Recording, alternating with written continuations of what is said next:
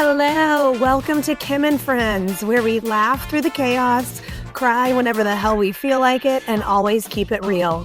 Because as women, the conversations we have and the stories we share behind closed doors need to be heard out in the wild. I'm Kim, and I appreciate you taking the time to listen today.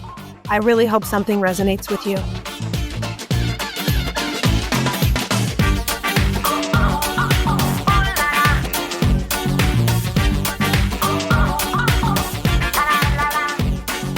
Hi. Welcome back to Kim and Friends. I'm in the studio today with my good friend Susie. I'm so excited for you to all get to know her. Susie is a mama to Brayden. She's a partner to Paul. She has her bachelor's in marketing and a minor in psychology. But we will mostly be talking today about her being an integrative nutrition health coach. You'll often hear it referred to as a holistic health coach, and she's working towards her board certification. She specializes in hormone and metabolic health. And what she really likes to do is help her clients get to the root of what's causing their symptoms and offer natural solutions through nutrition and lifestyle. But as you all know, for the purposes of today's episode, Susie's most important credential is that she is someone that I have the fortunate privilege to call my friend. Hello, my beautiful friend, Susie. Hi, Kim. I'm so happy to be. I am too. And I want to, just tell you thank you for taking the time to do this today. I'm going to be completely honest. I've been out of the studio for a couple of months, so I'm feeling a little rusty. I'm feeling a little nervous, but I'm also really excited because I know I'm in good hands with you. Thank you so much, and you're always such a kind, sweet friend, and we're going to get through it together. Awesome. Well, this is my first episode ever being on a podcast, so we can be nervous together. So it was a little funny when I first asked you. It was like early on when I was first starting. And just in my mind, I was like, Susie will be one of my first guests. And I was like, Susie, I'd love to have you on the podcast. And you were like, not yet. And I was like, okay, heard. Totally fine. I get it. But it was just so funny because I was like, oh, okay. Yeah, I had a lot going on at the time. So No, of course. Yeah. But I'm just like, this is long anticipated. Just let everybody know sort of the flow of what we're going to talk about today. As I have with my other guests in the previous episodes, I just want to get into a little bit of sort of how we became friends, the, timeline of that, how we got into each other's lives and what we mean to each other. And then discuss sort of the happenings throughout your life that led you down this path of becoming a holistic health coach or integrative nutrition health coach. And I'm excited for you to sort of demystify that for people, because I think people hear that and they're like, what? I don't really know what that means. So yeah, that's sort of what we're going to be doing today. So we'll start with our friendship. So Susie was my husband's friend. My husband came with a beautiful array of lovely women friends, and Susie was one of them. So tell me a little bit about you and Daniel. When did y'all first meet and when did y'all become friends? Geez. I want to say it's been over 25 years. That is so wild to think. That makes me feel old. We're only like 22, so that doesn't make any sense. Yeah, it was we started our friendship, I think, like in 7th or 8th grade. Wow. Yeah, so it's been a long time. We've been friends for a long time. And then we've been friends for 14 years now? Well, yeah, Daniel and I got together in 2010, end of 2010, and we, met pretty quickly after that. So I've been friends with you as long as I've been with Daniel. I like to say I stole his friends from him, although you and Daniel are still very good friends, but yeah, I stole yeah from him. But I think it's a little ironic that we became even closer after I moved away. Correct. So what year was that? Susie lived in St. Louis, was local when we first met, and then she moved to North Carolina. Man, I'm so bad with dates, but I want to That's okay. say it's been like, I think it was around 14 years that Okay. I've So there. we So that wow, I thought we were in St. Louis together longer than that. But you moved away, you started living a whole new life in and around the Charlotte area. And then every time you came back in town, we would all go hang out at your mom's and swim at the pool. And we always had such a good time together. And I remember talking to you about like wanting to write a book, and you were like so uber supportive and so kind. And then we started staying in closer touch, and just like we had like weekly phone calls that we would do. I don't know. I don't know the timeline either. But well, I feel like a lot of it had to do with what was going on in my life when we lost our baby girl Angelina at 19 weeks gestation. So that was a really, obviously, the most difficult time of my life. And yeah, I feel like that's when we really started to get close. well, I appreciate you bringing that up because I knew we wanted to touch on that today. But I just want to be sensitive, of course, to Yeah. what you went through. So yeah, we would talk. I don't know if it started with I don't know how it started, but I know that I knew that you were pregnant and that you were having some testing done and that maybe there were some concerns about the baby. And I just had a knowing in me. Like I was like, I'm maybe gonna overstep. I don't care. I'm gonna just insert myself into Susie's life, and I want to be there for her. And I want to like make sure I know when her doctor's appointments are, make sure I know when she's having these tests done, make sure I'm following up with her and checking on her and not just asking about the baby. And I mean, it turned out to be well received. That was really like the turning point, I feel like, in our friendship. And I appreciate you talking about it too, because I feel like it's something that a lot of women can really relate to. Yeah. And, obviously, this, but I can go into a little bit more about it. So, at my 12-week scan, she was diagnosed with a cystic hygroma measuring 9 millimeters. And so 3 days later, we went and saw a specialist, and they told me it appeared to be gone. So it was, which is very uncommon if you know about that. Having it just disappear 3 days later is really unheard of. So for some time, we just thought maybe there had been a mistake at the 12-week scan. And that's when we did additional testing. And then the initial blood work came back positive for a chromosome abnormality. And it wasn't until we did the amniocentesis that she was confirmed with Edwards syndrome. So, yeah, that period of uncertainty, the waiting, the shifting information, the gravity of the diagnosis, all of it was obviously incredibly difficult. But really, what stood out to me is not just the loss itself, but how supported I felt, especially by you, Kim. I feel like you showed up in a way that didn't require fixing or answers. You were just there. And that mattered to me more than you will ever know. And I don't know if I've ever fully told you that, but yeah, it meant so much to me. And just think, Well, it makes me think about what you sent to me. You sent me a quote about 20 minutes before we started recording, and this is for the podcast today, and I'll just read it real quick. It says, "True friendship is not about being there when it's convenient.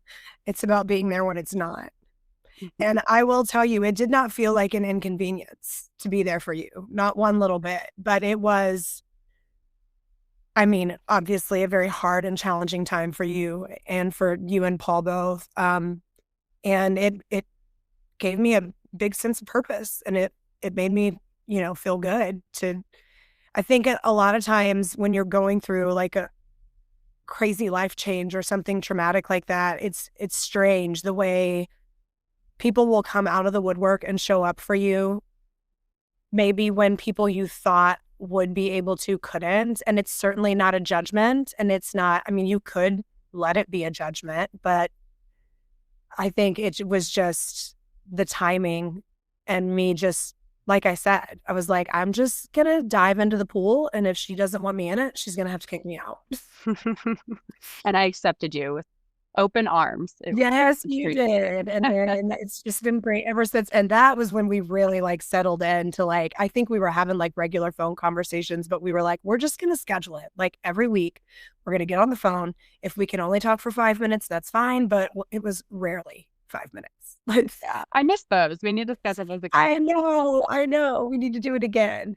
So, through the course of all of that and our weekly calls and continuing to get to know each other and help each other with whatever like professional things we had going on or personal things we had going on, talking about our partners, our relationships, you got pregnant again.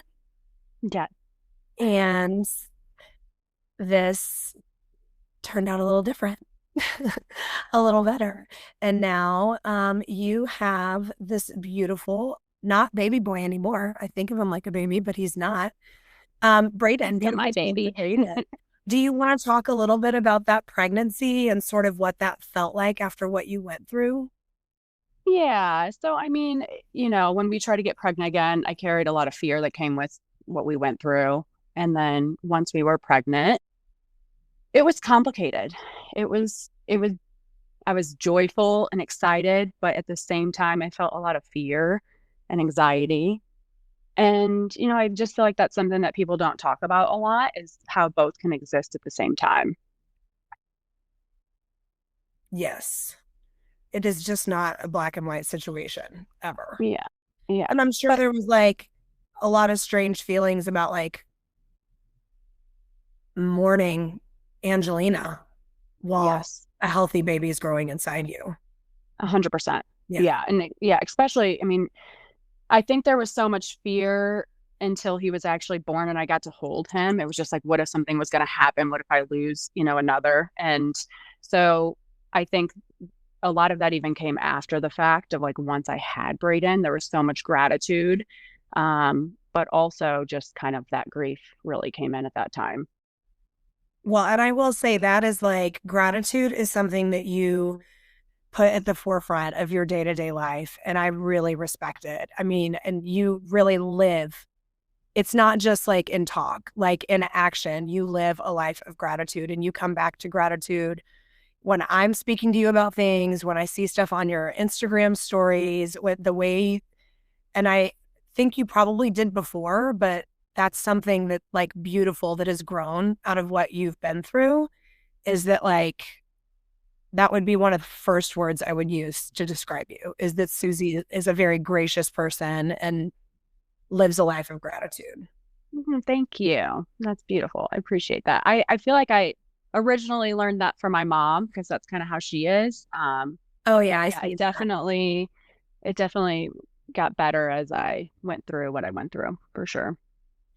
Okay, so now let's talk about life after becoming a mama. So when I first met Susie, she was putting herself through college. She has always been goal-driven, focused, has a plan.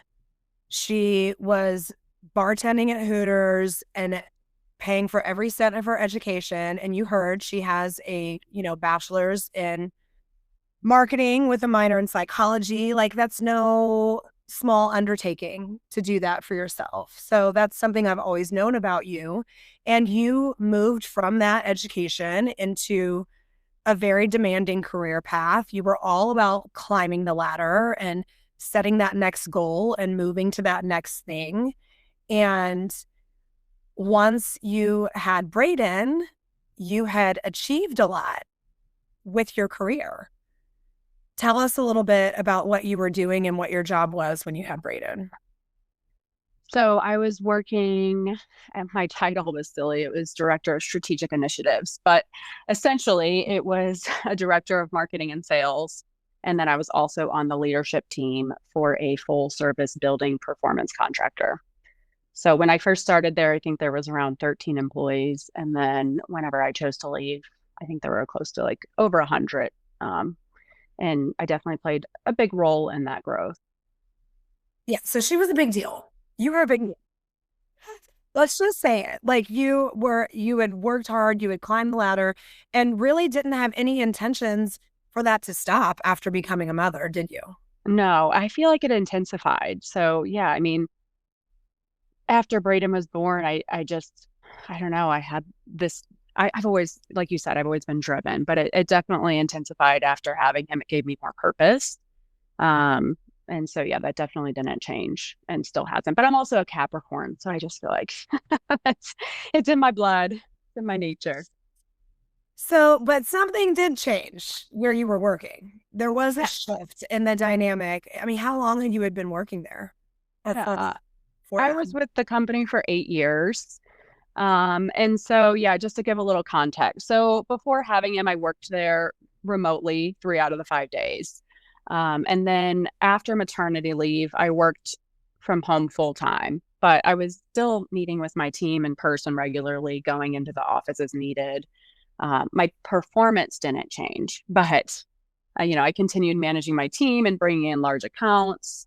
And like I said, I felt more driven than ever. But what changed was how I was being treated. So um, I was on the leadership team, and that leadership team started acting different towards me, and especially by the owner who was my direct boss.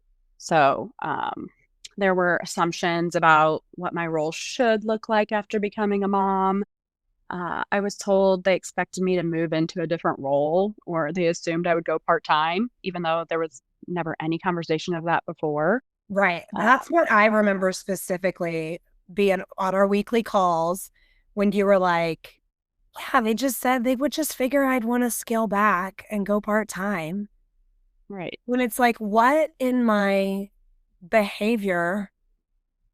We have had no conversations about that. Like, what an odd assumption to make when no discussion has led to that, nor have I even breached that with you.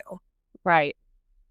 Yeah, I was even asked if I had to breastfeed, which is wildly inappropriate.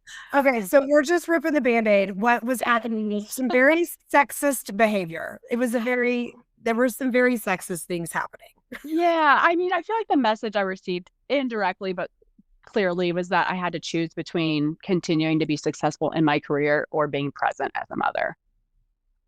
And I think we all know and have a bazillion examples around us that, once again, multiple things can be true at the same time. Right. You're very capable of being a successful professional and a successful mother.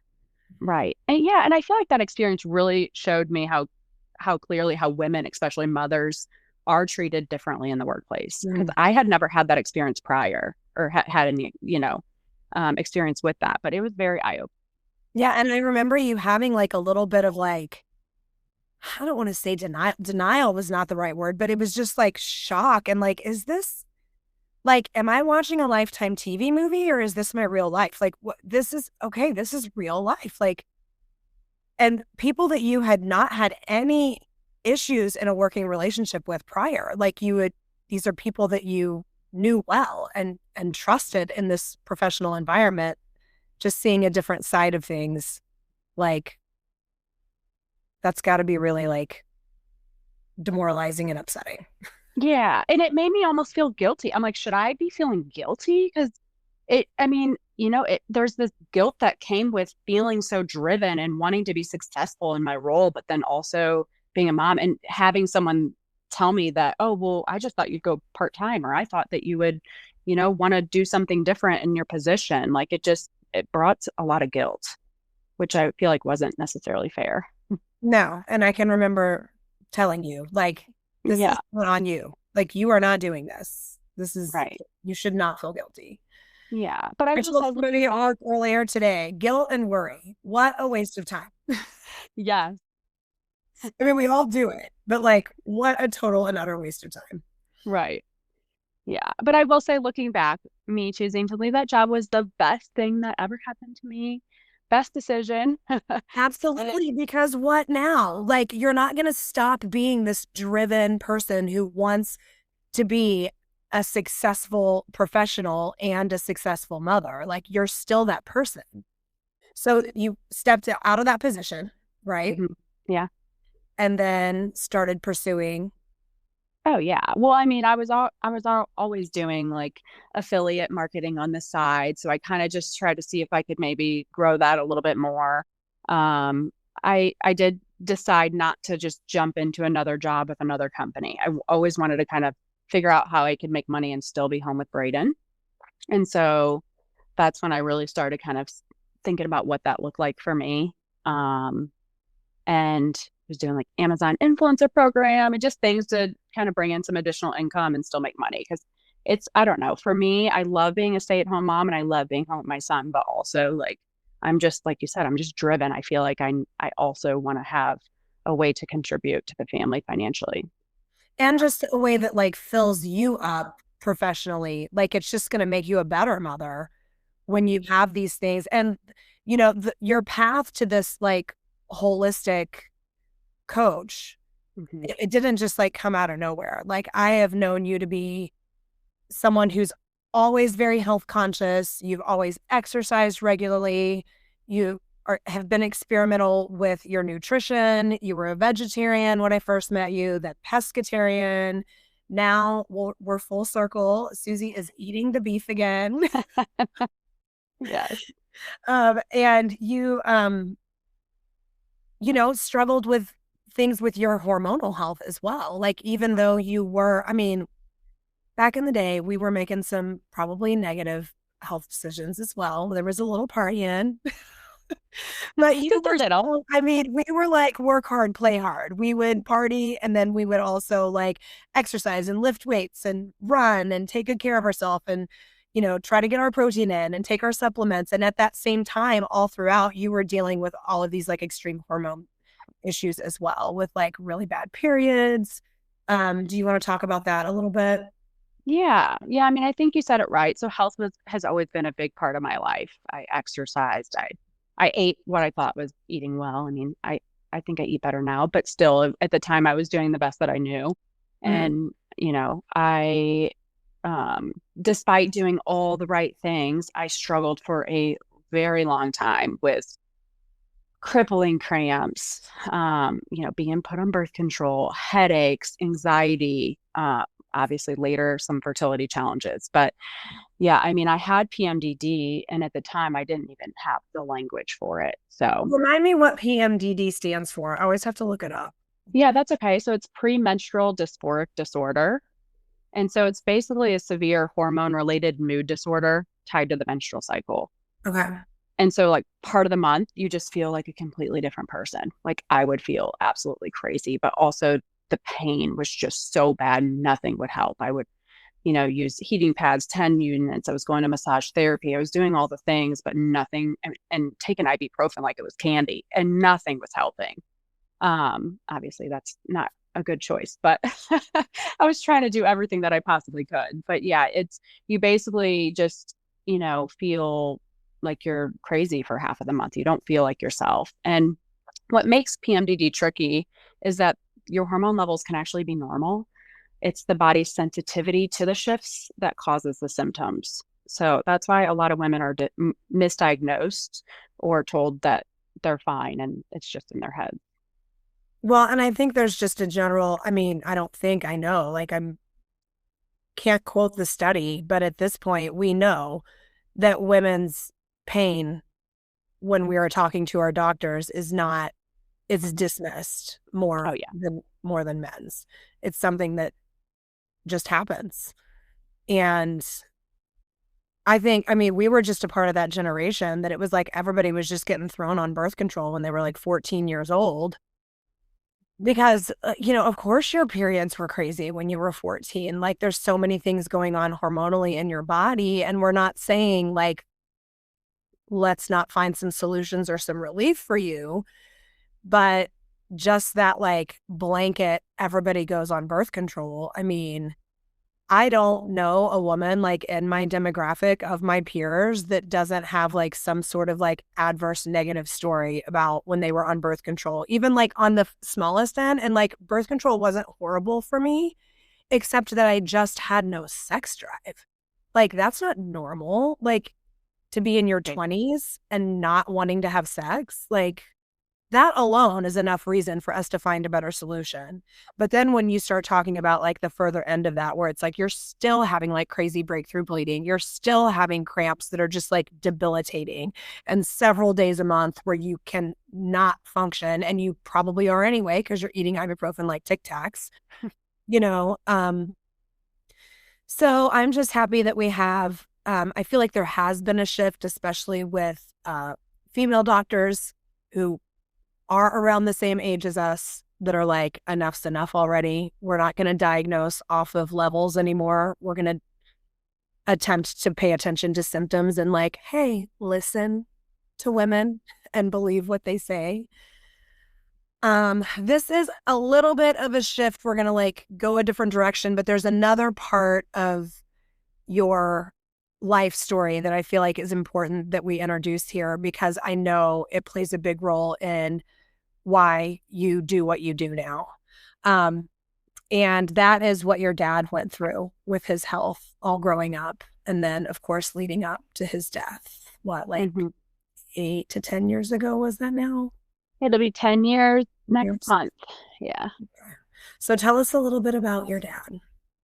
Yeah. So, oh, I mean, it started with diabetes, and I'll never forget whenever he came home and let us know that he had diabetes, and I didn't really know a whole lot about it at the time. I was really young, you know. And then it just slowly progressed from there, and it was just difficult to see and watch my dad navigate the healthcare system, like watching his health and his quality of life slowly decline. So started with diabetes, and then he was diagnosed with kidney disease, and then, you know, slowly kidneys started failing. He went on dialysis for, ooh, I'm really bad with timelines, but I want to say like at least 4 or 5 years before he got a kidney transplant. And he got a kidney transplant, and things were better for a while. And then his kidney started failing again, and he went back on dialysis for a short period of time before we lost him. So it was just a long battle and a slow, watching him slowly decline was just really difficult. And then just seeing the limitations of the healthcare system had a really big impact on me. So there was a lack of communication between providers, a heavy focus on medications yet again, with little to no attention on lifestyle or nutrition. So yeah, it was awful. Well, again, thank you for being open to sharing about that. And I will say, I remember when your dad died, and it was obviously a heavy time for you and your brother and your mom. But again, it was just another time where I feel like I just like leaned in to you as a friend and was like, I feel like I'm getting behind the curtain with her a little bit more. And I feel like I'm going to it's interesting because we are a part of this large group of girlfriends, and a lot of you have been friends like since Daniel's been around. Like, you've all been friends since like middle school into high school. You've all carried each other through a lot. And then I just sort of like popped up 10 years ago or 15 years ago. And I love all of you, but you do sort of feel like I'm kind of like on the edge. And you have always just been like, you are not on the edge, like just pulling me right into the center. Like, you're in it with us.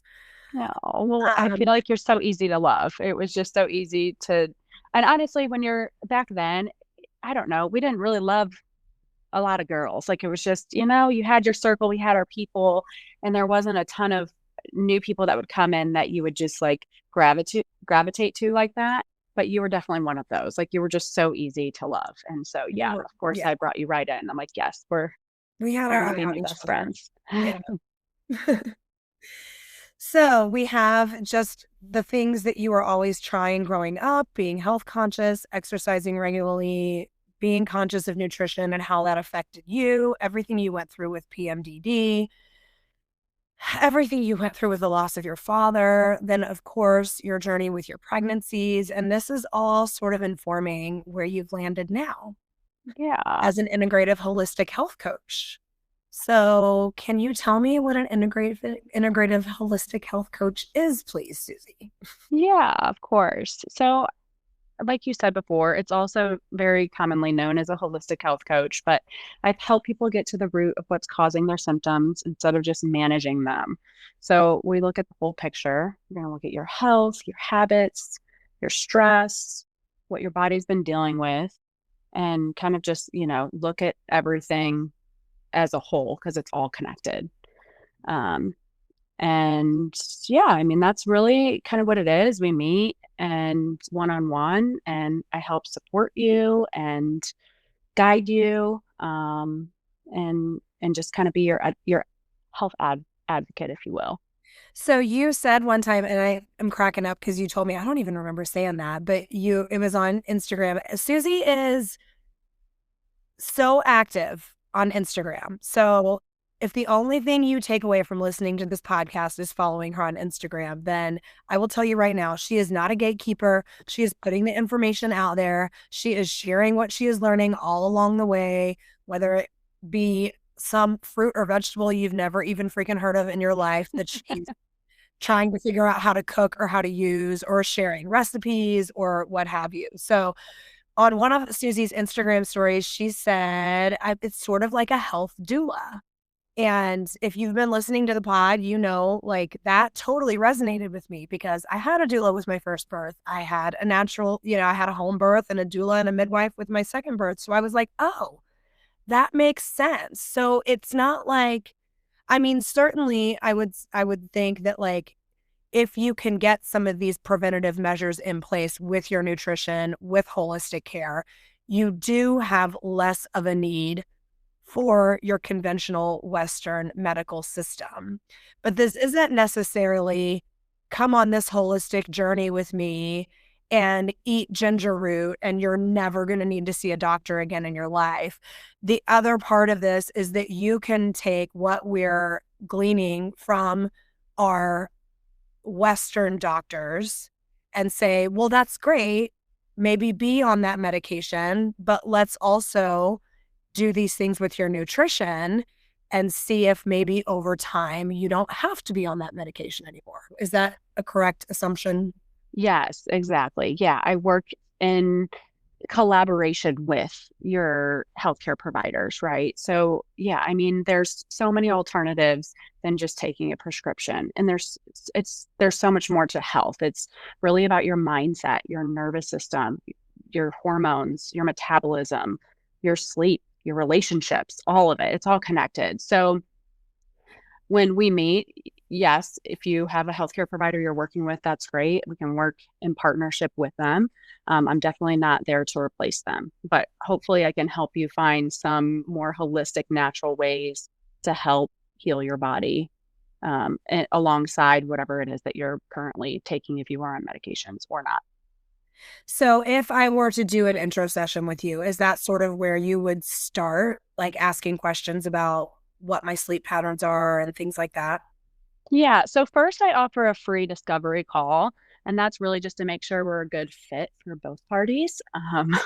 So there's like no pressure there. It's just a conversation to make sure it's a good fit, right?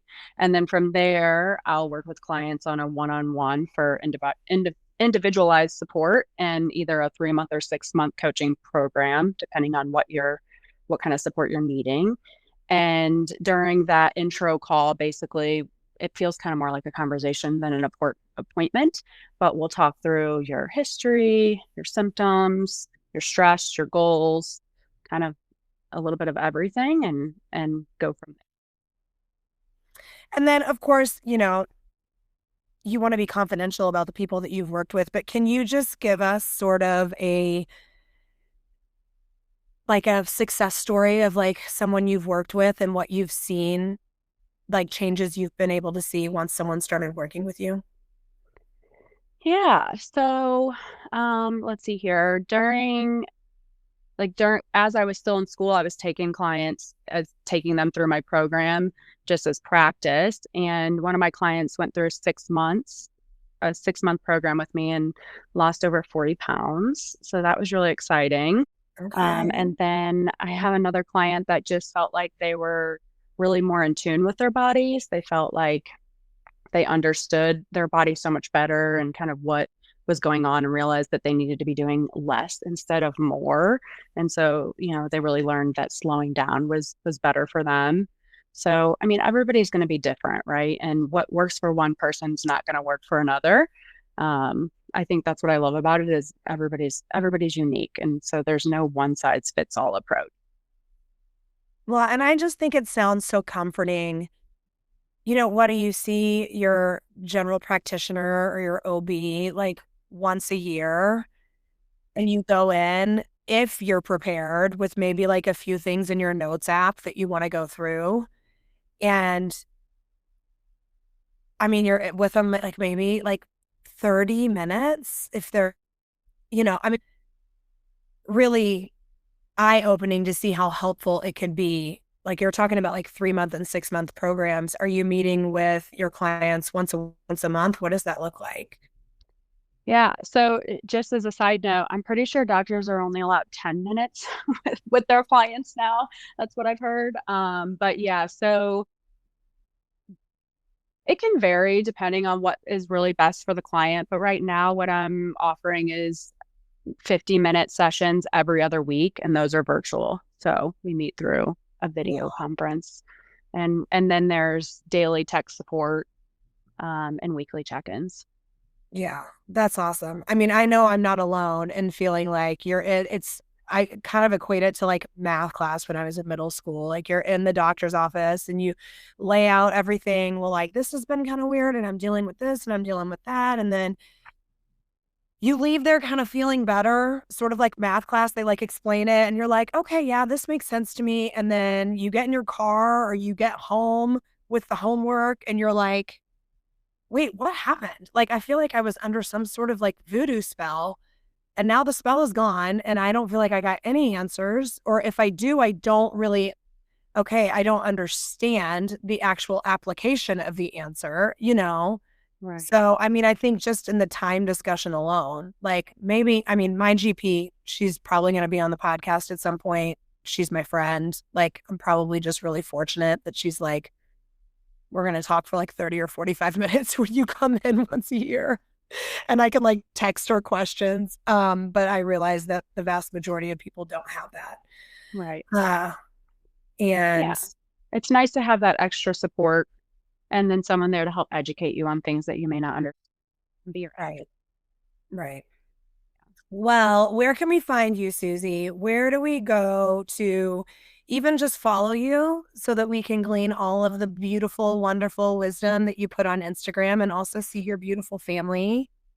And I Yeah, mean, just the aesthetic alone of her social media is just like warm and fuzzy. oh, you're the best. Thank you. You can find me on Instagram at Time to Thrive with Susie. And that's time like the herb. So that's THYME, Time to Thrive with Susie. And then my website at www.timetothrivewithsusie.com. And I'm sure we'll get all that in the show notes as well. Yes. I'm really happy we did this today. Me too. Thank you so much for being a part of my story and having me on your podcast. I really loved this conversation.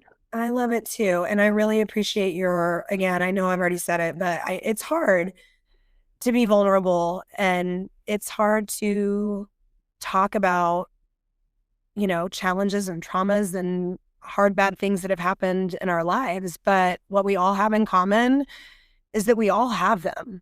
And that's just really like at the heart of what I want Kim and Friends to be, is just sort of removing that judgment or shame to just talk about the real shit.